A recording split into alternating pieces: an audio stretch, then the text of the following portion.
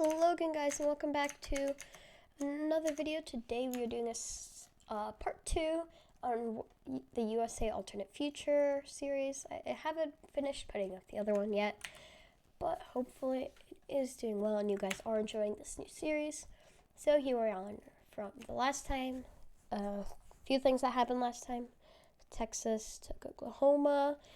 California took Nevada. Huge Northeast war over here by the Great Lakes. And we had a tiny bit of a small war with New Jersey and Maryland expanding a bit.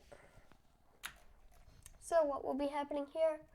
Well, first things first, a little rivalry. I mentioned it last time that Maryland and Connecticut didn't really want to split Rhode Island. Both of them wanted to invade alone, so Maryland basically just says, hey, you didn't give us what we wanted, so you don't get what you want, which is to exist. With that, they declare war on Connecticut, and in this scenario, Maryland is stronger, so yeah, Connecticut falls. With that, yeah, Maryland controls a good amount more land, but yeah, still not too strong. With that, we also see New York annexing, I don't know which one this is, Vermont or New Hampshire. One of these two is Vermont, one of them is New Hampshire. They're literally just like a mirror, the opposite of the other one, and they look the exact same. Meanwhile, the other one, either Vermont or New Hampshire, basically just chooses to join Maine. In real life, by now, Maine would have probably joined Canada, but in this scenario, that is not allowed. Canada and Mexico are on the map, but they're not allowed to do anything. And now for the big war. The war you will most likely be seeing on the thumbnail. Once again, pretty soon off, a good old Southeast War. And how's this going to be starting? With some Florida and expansionism. With Florida declaring war on Alabama. As I said, just pure expansionism. Florida man wants to get bigger and stronger. With this, they begin to push in. But after leaked Floridan plans of pushing into Georgia and basically just the entire surrounding areas, we see Georgia, Mississippi, Louisiana, and South Carolina all join in against Florida. With this, they begin to push back, as Florida is an incredibly powerful state, but they can't fight 1, 2, 3, 4, 5 of them. That's just too much for even Florida man to handle. What these countries didn't see coming is North Carolina joining in to help out Florida. With that, the red team begins to push back, but it's pretty even. With that, Arkansas joins in on the blue team, tipping the scale to the blue team. But, you know, Texas, last time I always said they wanted more land and they would get it. They're about to get it. With that, Texas joins the red team, and that's exactly what the red team needed. Texas. With that, Texas begins to send troops across their entire border, beginning to take land like they don't even care about anything. They're just pushing down. They push across the coast, capture pretty much all of Louisiana. I was going to start mentioning cities, but honestly, Louisiana didn't last long enough for that. Arkansas falls, Mississippi. With that, Florida begins to push back with a lot of blue team troops leaving. They push up into Alabama. Meanwhile, North Carolina continues to push into South Carolina until it is literally just Georgia left. They stand no chance as their coast is captured, Atlanta falls, and all of the southeast U.S. is now under red team control. With that, let's get the peace treaty going, in which it's basically just going to be the victors taking so much land for no reason. Just to take the land, honestly. They just wanted the land, so they're going to get it. With that, Texas gets a lot of land along the border. Florida, well, yeah, they expand to say the least. North Carolina grows a good amount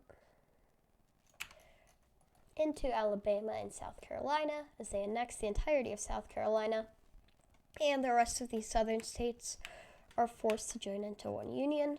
It is not the same union that existed at one point. It is a completely separate union. It is for economic purposes, as they've all lost a lot of land, and I don't think they could survive very well on their own. With that, Florida, man, they got their land. North Carolina, again, growing to be a pretty powerful U.S. state, taking a lot of land, annexing South Carolina and a lot of land from Georgia. With that, as I said, Georgia, Alabama, Mississippi, all these guys join into one Southern Union to basically, just protect themselves from Florida and Texas, although a new government is installed that is in favor of all of these victors. With that, a second alliance is made down here in the South between the southern states, I guess, of America, Texas, Florida, and North Carolina. Another thing that I think could happen very soon is the second war of this video, which is Virginia declaring war on West Virginia. Why is this important at all? Because West Virginia had a little thing with Pennsylvania, and Pennsylvania is not good friends with Maryland.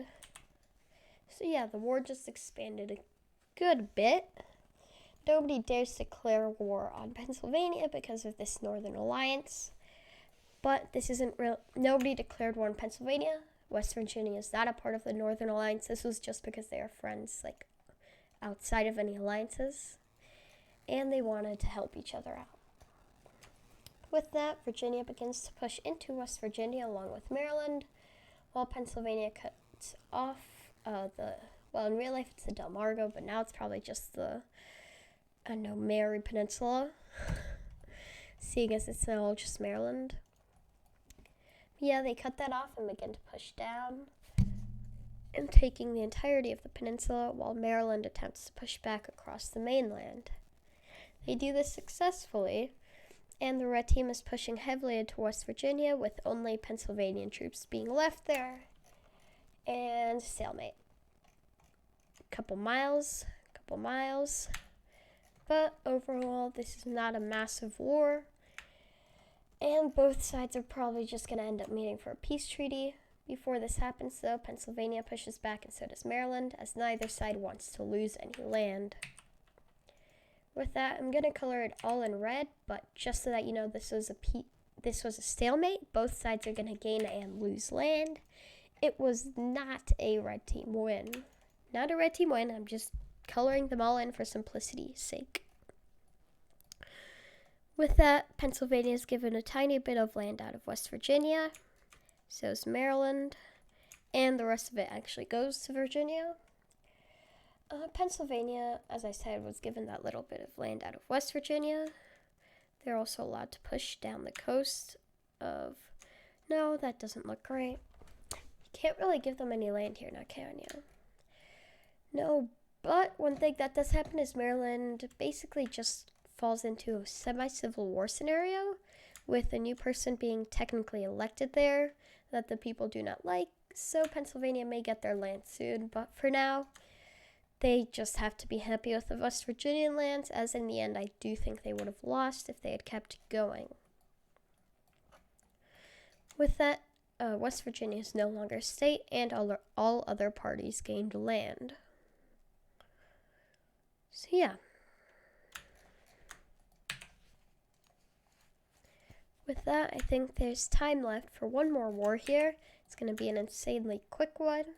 And that's just the deal between North and South Dakota, where basically the North says, hey, you want to unite? The South says, only if it's my government. Then the North says, no, not a chance. Boom, bop, bang. And North Dakota just declared war on the South, pushes in, pushes out. It's a complete stalemate. Neither side can do anything until eventually both sides agree on a peace treaty, which in the end is literally just them uniting, but with a part of both governments instead of just North Dakota in charge. So yeah, I guess South Dakota won there, but North Dakota got what they wanted, so I don't know who won, but both sides are happy with that. besides that, I think that's it. This US map is looking very different from when it started.